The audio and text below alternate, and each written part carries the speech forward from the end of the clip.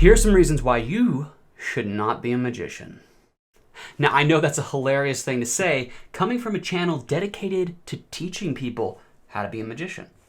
But I think this is an important perspective to have. If you're here, if you're new, maybe you're starting magic, maybe you've been in magic for a long time, whatever it is, whatever place you're at as being a magician, I want you to consider these 5 reasons why you shouldn't be a magician, all right? So this is just for anybody who's interested in being a magician. Now, I'm a professional magician. If you don't know who I am, my name's Taylor Kyle. I'm a professional magician and hypnotist. I own the Elite Magic Academy, a ultimate resource for learning magic.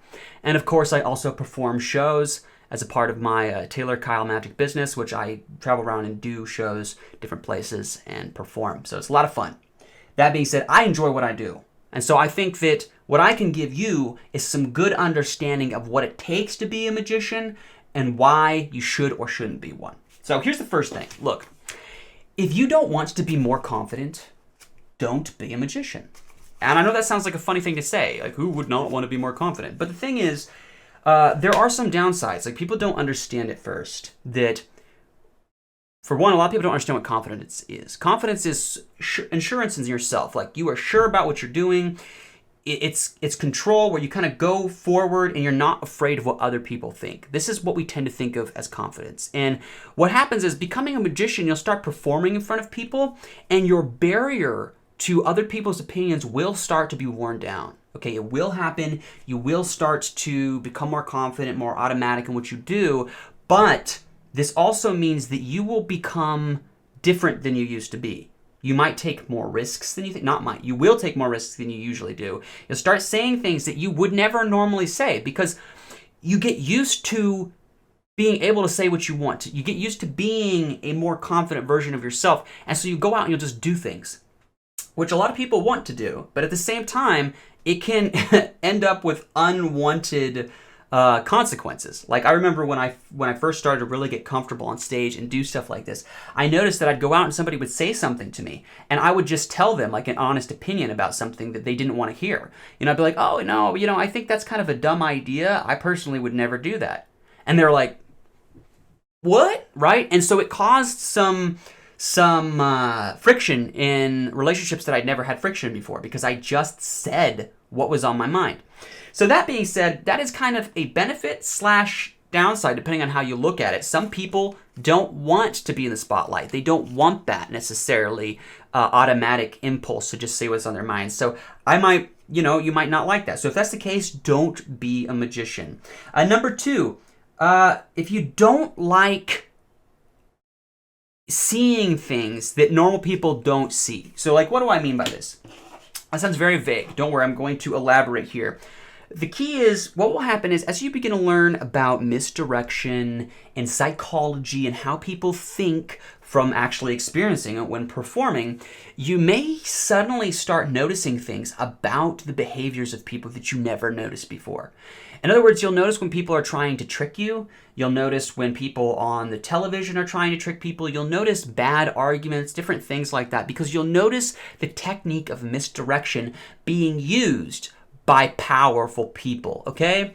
And sometimes by people that you know or that are close to you. And this might cause friction because suddenly you'll realize, a lot of people, whether it's consciously or subconsciously, employ nefarious tactics, even if they're not aware of it, in everyday conversations or in behaviors. And this can be a little unsettling at first when you become aware of some of these things. So if you don't want to kind of become open to understanding how deception works and like how and seeing it in the real world, which can be a little bit sometimes, then you might not want to be a magician, just because it will open your mind to some of those things. That could be a good thing because it might make you more like, it make you less susceptible to people doing that to you, but at the same time, it might make your opinion of the world a little darker, okay? Number 3, if you don't like attention, okay, then you probably don't want to be a magician, because what will happen is people will start seeking you out, right? They'll start asking you questions. They'll give you a lot of attention. Let's say you're working a job somewhere, right? Because I do magic at some restaurants sometimes, And when I do, like the servers will bring over new people or different things whenever somebody new comes into the restaurant when I'm there performing, and they'll be like, you have to see this guy, right? Now, of course, in my everyday life, when I'm hanging around friends or I'm outside doing something, people will stop me and be like, hey, wow, man, you do magic, right? I've always wanted to see magic, right? So this is interesting. You'll get a lot of attention. Now, this could be unwanted attention, right? Or maybe you do want attention. I don't know. It's up to you. But there are some people who like not being in the spotlight all the time. And if that's the case, you got to be careful, because if you really start becoming good at magic, people will seek you out. They will try to make you the center of attention in a lot of cases. And that just may not be something for you. So if that's not you, don't be a magician, okay? That being said, there is one way you could do this. Maybe you like designing magic tricks and you just don't want to perform them. Fine. If you want to be a creator, that's okay. Nothing wrong with that. I should say that is the exception. But for the most part, you're still probably going to get a lot of attention if you tell people you do magic. So just be aware of that. Now, number 4 is if you don't like to practice, okay? If you want to be a good magician, or you just want to be a magician in general, you need to love to practice. Because I'm going to tell you this, there is nothing more obnoxious to people who are serious about being a magician or performing magic than somebody who says, you know, I love magic. Oh, I like being a magician.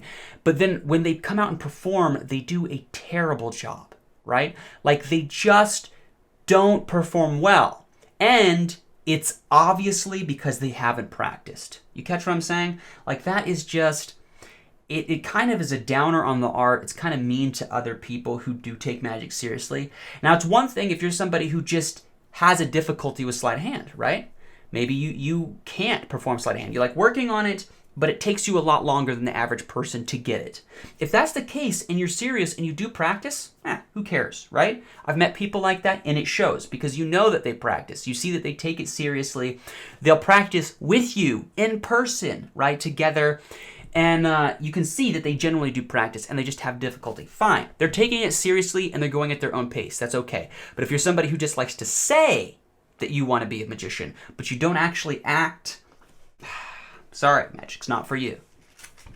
So finally, we got the final one, number 5, which is just you don't take magic seriously in general, right? You just use it as a way to get attention or get things like that, but you don't take the art seriously.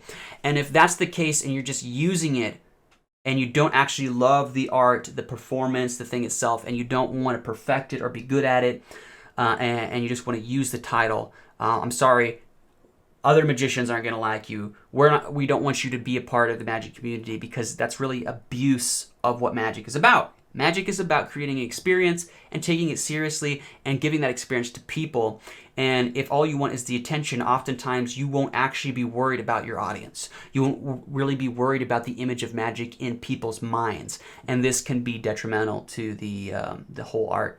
So that's the final reason you should not be a magician, is if you don't take the art seriously.